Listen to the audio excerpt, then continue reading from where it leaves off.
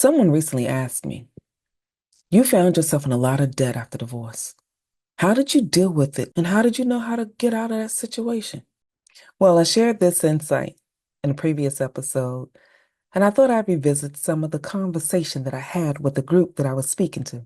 After you listen to it, if you got some thoughts that you'd like to share, please leave that in the comments below. All right. Let's get started. Welcome to this session of Red Alert Diaries with Tanya E. I encourage you to join others and have them come into the room.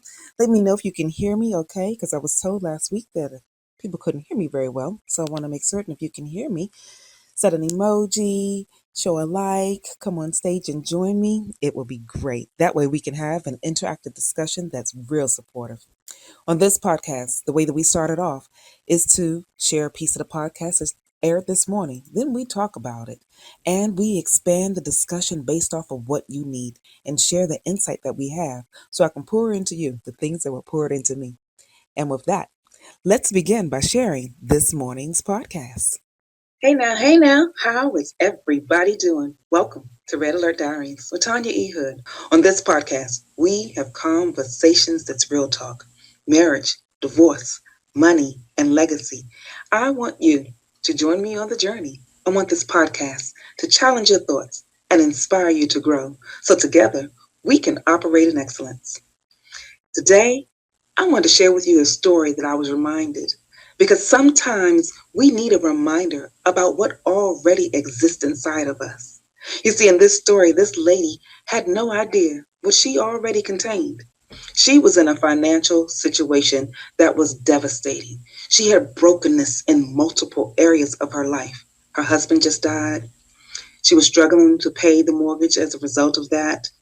Her children couldn't go to the schools that they were often able to go to. And on top of that, all these debt collectors kept coming at her, and she had nothing else she knew to do. But in the society that she lived in, your children can go to work. So she was forced to decide whether to let her children just be children, go to school, get their education, live their life, or did they have to stop that to start footing the bill from the household so that they could just live? It's the basics in life that often break us. And it's the basics in life that often force us to keep running after what we think we need to get whole. So let me pause that there because sometimes we are in a rat race of trying to figure it out. I don't know if that's something that you've ever experienced, but in this story, this lady had such devastation that she was just trying to deal with the emotional breakdown from the death of her husband, trying to just be mama to her babies and keep them safe.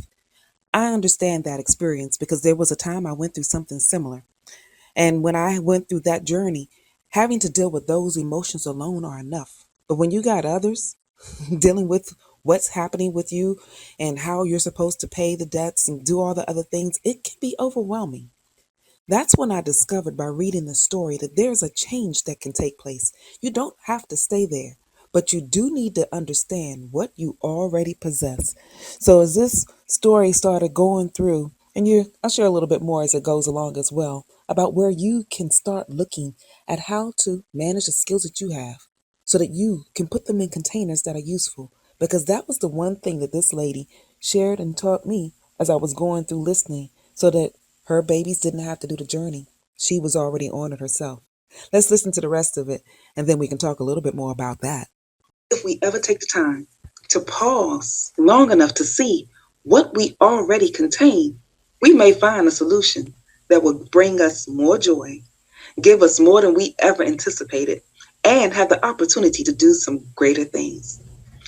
She went to a gentleman that used to work with her husband, and she shared with him what was happening to see if he could give her some sort of idea. And what he shared with her was a reminder to me that I want to give to you. Because sometimes we need someone outside of ourselves to remind us about what we already possess. He shared with her that you have something already in your home that you can use. You may need to go borrow a little bit from those around you in order to make it grow, but you already have it.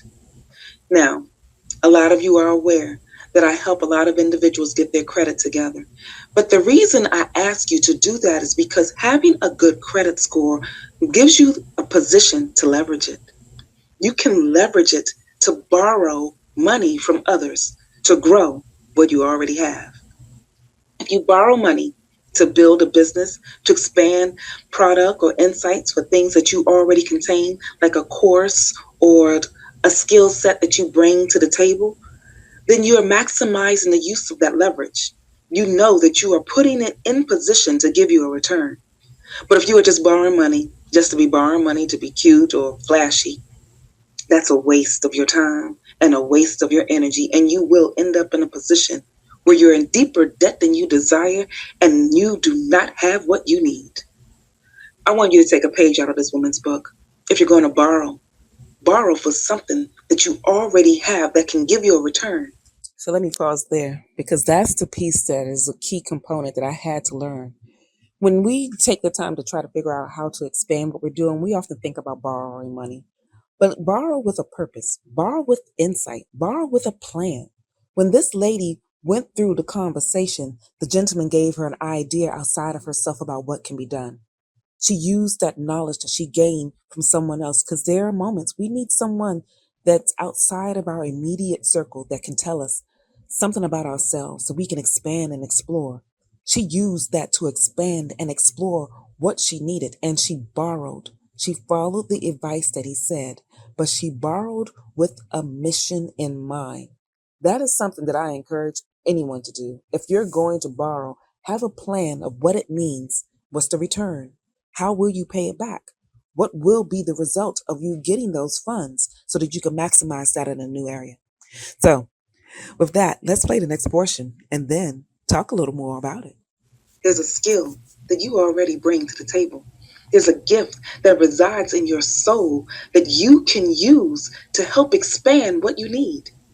She was not aware of what she already possessed, but when he brought it to her attention, then she realized, I can use this to expand on what I can do for others.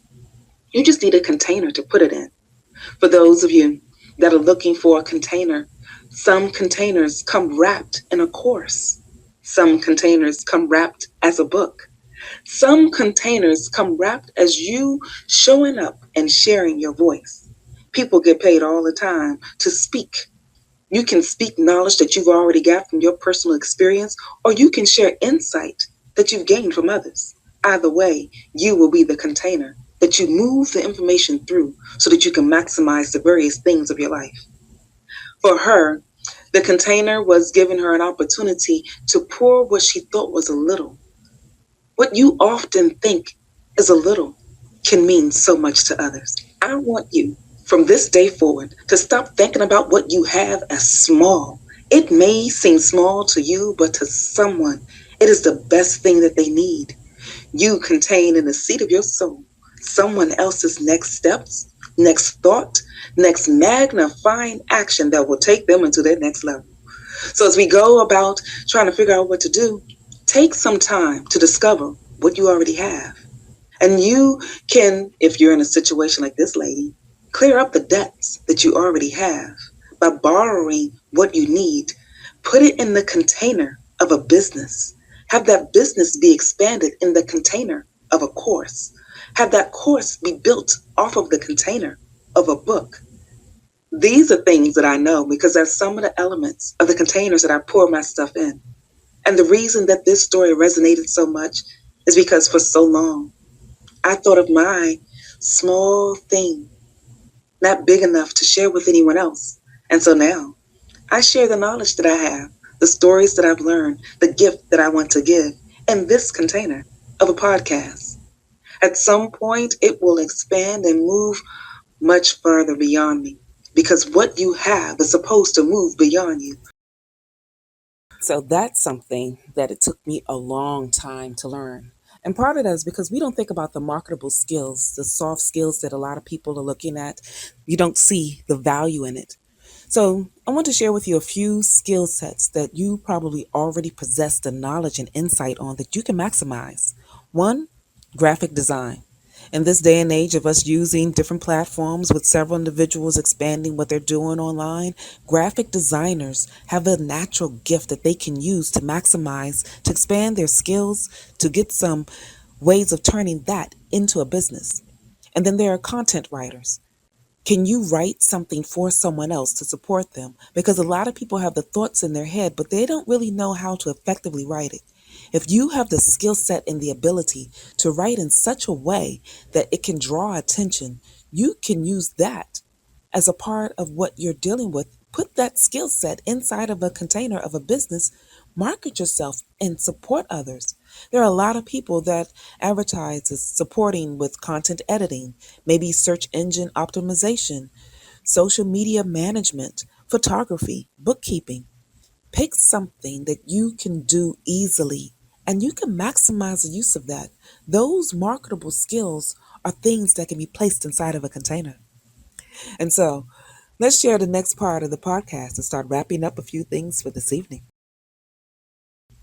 That lady sold what she had, it moved beyond her. When you sell what you have, it will move beyond you. And so for today, if you don't remember anything else I've shared, here's the one thing I want you to know.